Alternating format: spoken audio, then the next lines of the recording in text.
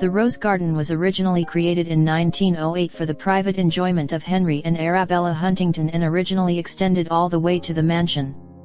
Roses were a particular favorite flower of Arabella's. The garden was designed primarily for display, providing copious quantities of cut blooms for the large elaborate floral arrangements favored in their home.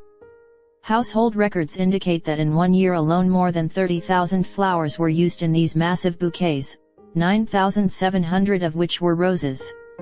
The 3-acre garden has gone through many transformations since the Huntingtons' time. It now contains more than 2,500 individual plants and more than 1,300 different cultivated varieties. Beyond being a beautiful place to linger, the garden represents an extensive collection enjoyed by hundreds of thousands of visitors each year. The spring bloom begins in late March and extends beyond Thanksgiving, thanks to Southern California's mild climate.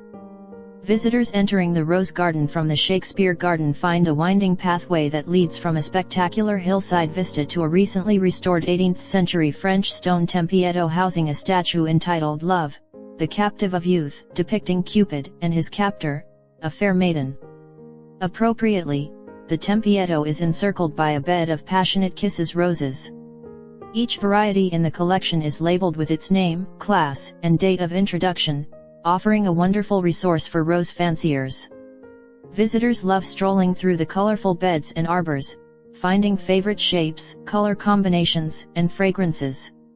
Our most common question about roses concerns fragrance, says Tom Carruth, the E.L. and Ruth B. Shannon, curator of the Rose Collections.